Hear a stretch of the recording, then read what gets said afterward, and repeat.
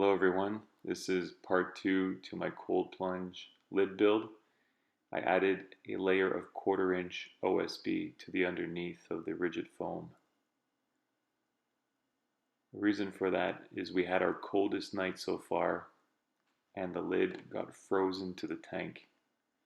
Using the handles, it was easy to just pull the lid off and force it apart, but some of the foam ripped off and stayed stuck to the tank. The damage caused to the foam wasn't major, but if I had to pry the lid off every time it got frozen to the tank, I could only imagine how torn up the underneath would get. So it was an easy fix to enable me to simply use the handles and forcefully pull the lid off every time.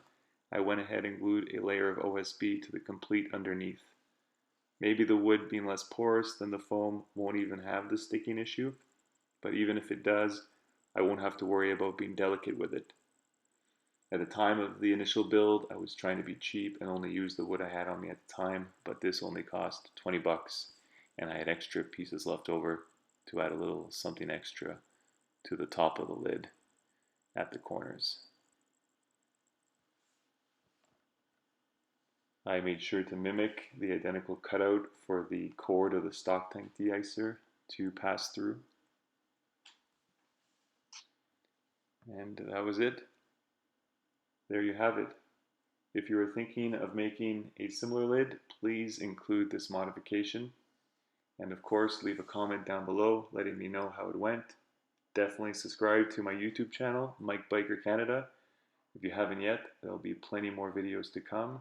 And also, follow the Mike Biker Canada Facebook and Instagram account.